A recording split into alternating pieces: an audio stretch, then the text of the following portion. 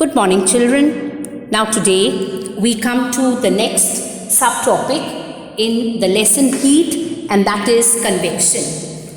Now convection is a method or a mode of heat transfer which takes place in liquids as well as in gases.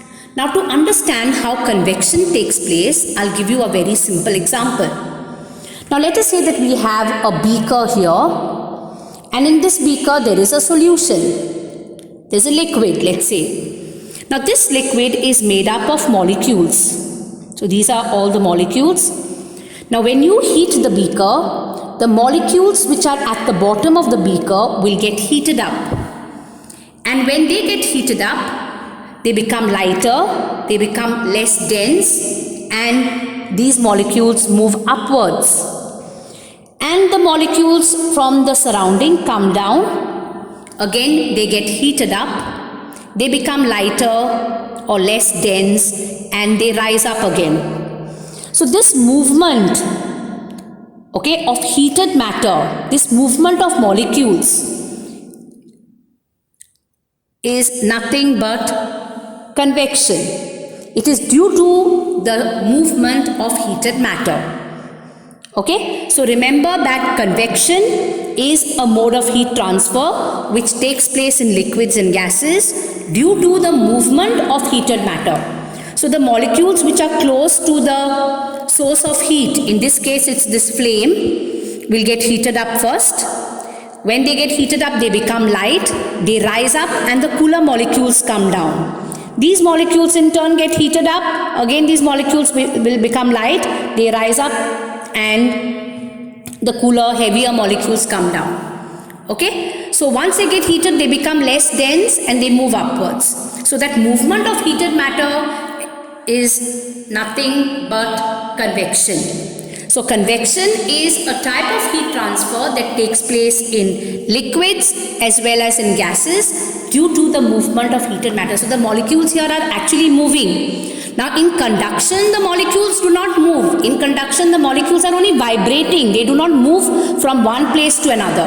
They are only vibrating, and when they vibrate, they cause the vibration of neighboring molecules. While in convection, it is seen that the molecules start actually moving. Now it's also seen in gases. Like for example, when we go close to a fire, when you stand next to a fire, you also feel the heat. That's because the air which is close to the flame, gets heated up. So the molecules of air which gain heat become light, they rise up, and the cooler molecules of air come closer towards the flame. Again, those molecules gain heat, again they'll move upwards, and then the cooler molecules of air come down. So like that, there is movement of warm air. So warm air will move higher, cool air will come lower. Is that clear?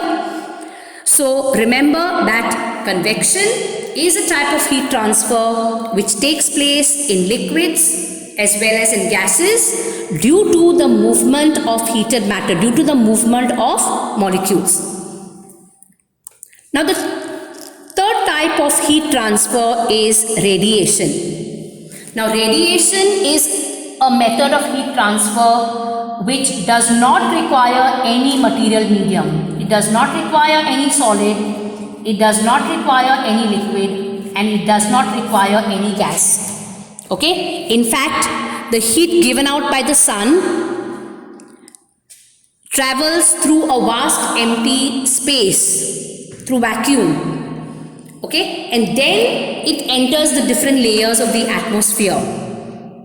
Is that clear? So radiation, remember, is a type of heat transfer which does not require any material medium. So it does not involve any vibration of molecules, nor does it involve the movement of molecules. There are no molecules. It's completely empty. There's vacuum. There's no matter at all. So it just takes place through vast empty space. So the heat from the sun reaches us through a vast empty space. But once it enters the atmosphere, then there are convectional currents which are responsible.